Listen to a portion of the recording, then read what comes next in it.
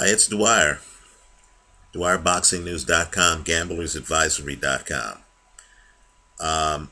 As many know, one of the analysts that I look up to and place a great deal of faith in is Emanuel Steward. It was Emanuel Steward who I thought gave the best analysis on the strengths and weaknesses of Manny Pacquiao as Steward analyzed fights between Pacquiao and one Manuel Marquez. Right? It takes a bold man to give a critique of a popular fighter who's riding high. And Emanuel Steward is a bold man.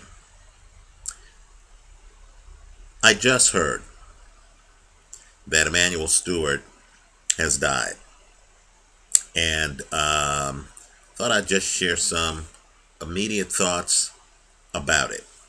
You know, there are just very few nights in boxing or days in boxing when you just sense that there's a regime change, where you just sense that not just the fighter, but the fighter's entire camp, his trainer, his stablemates have arrived, that some new group, some new dynamic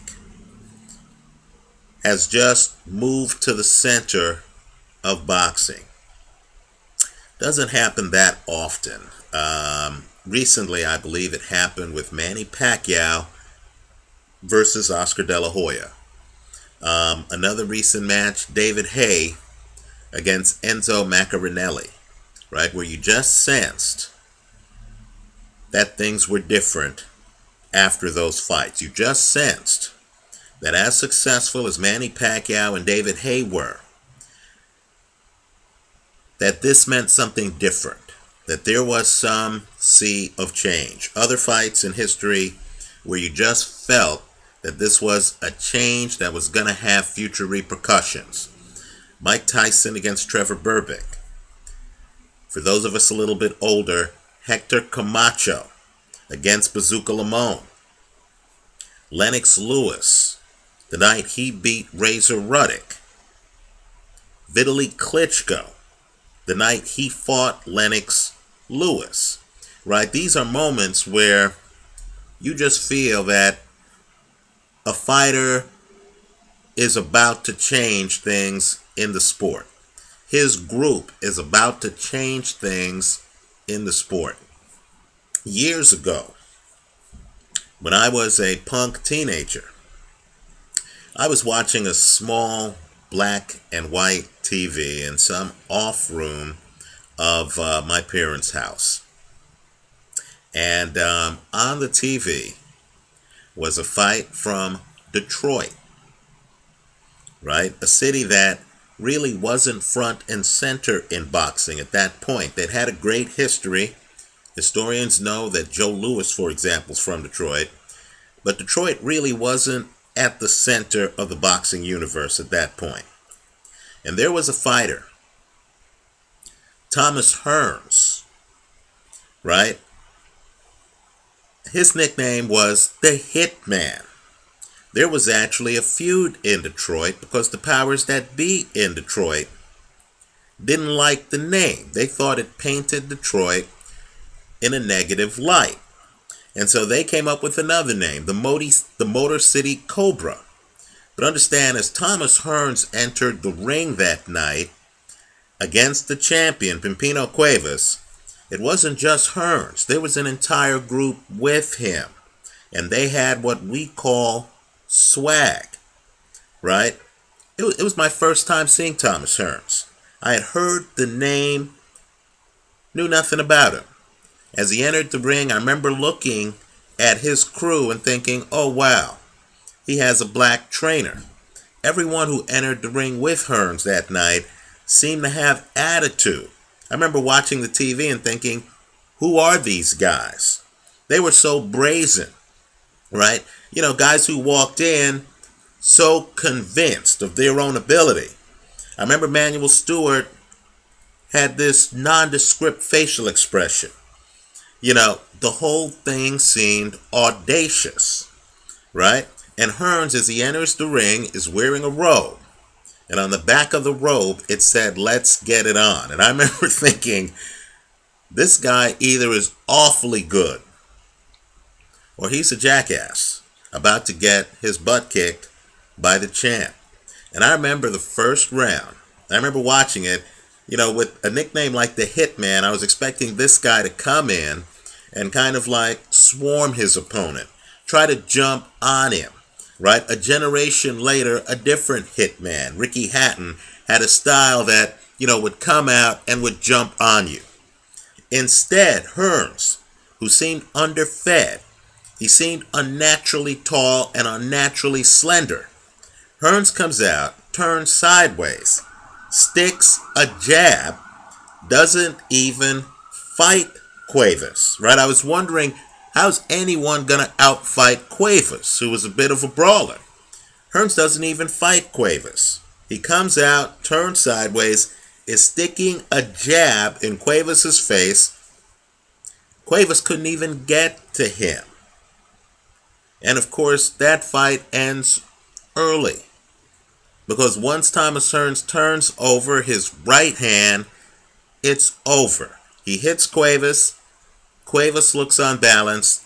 Then Hearns comes back with the right hand again and ends the fight. It was shocking. The style Hearns employed that night is currently being employed by heavyweight champion Vladimir Klitschko.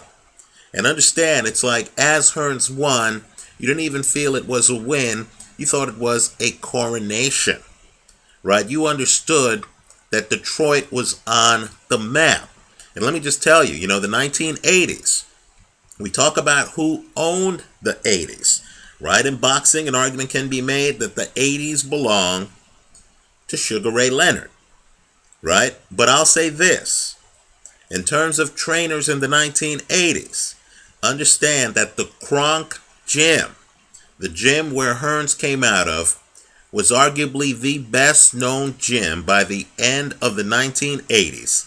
And fighters like Hilmer Kenty, Hearns, Milt McCory, Jimmy Paul, Dwayne Thomas, all of these guys champs. All of these guys were Emanuel Steward fighters. For all the great work Steward did later with Lennox Lewis, for example, with Vladimir Klitschko, when he reached a status where talented guys wanted him to be their trainers, understand an argument can be made that his best work was in molding these guys, his guys, the guys who formed the Kronk Gym in the 1980s. It was a remarkable job by a remarkable guy. And if you ever want to see a highly skilled fighter with exactly the right style to beat very difficult opponents, look at Thomas Hearns against Pepino Cuevas. Again, if Hearns gets down in the trenches with Cuevas, Cuevas would be very dangerous, right? Especially since Hearns is so tall and slender, right? Hearns didn't want that fight to get inside. His game plan is the perfect game plan for that fight. He duplicates it against Roberto Duran. The Hearns-Duran fight is a must-watch fight. Understand that Hearns and Emanuel Steward both thought, in fact, Hearns still believes, that he would beat Floyd Mayweather by employing the style that he had against Roberto Duran, right? That's a marriage of a Hall of Fame fighter with certainly a Hall of Fame trainer, one of the very best of our era.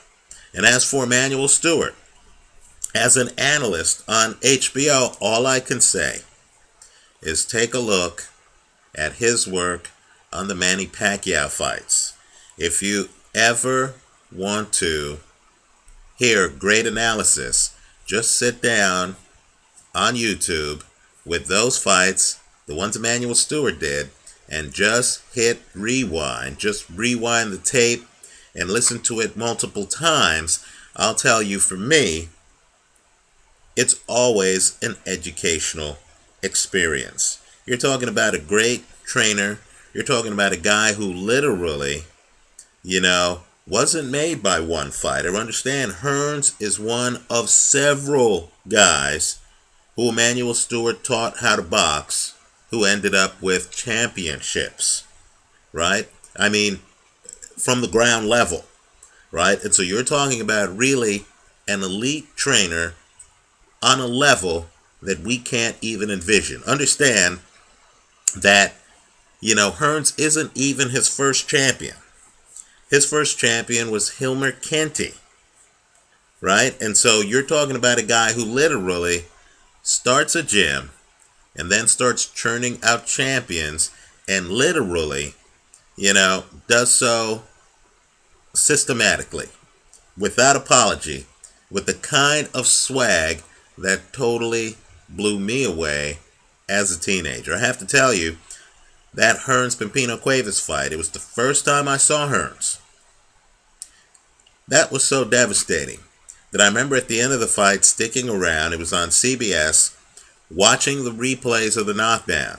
And then I remember looking at Hearns' corner, looking at the guys Hearns came in the ring with, and just asking myself, wow, who are these guys?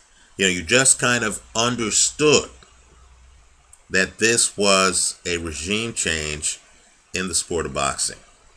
Emanuel Steward will be missed by many, not just as a man, not just as a trainer, but also as an analyst and just as a role model. Let me hear from you. Leave your comments for me here online. By the way, there's an excellent tribute to Emanuel Steward online from Vladimir Klitschko. He heard the news and issued a statement.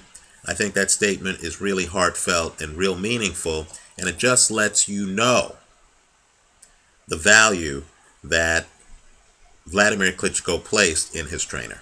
Thanks for watching.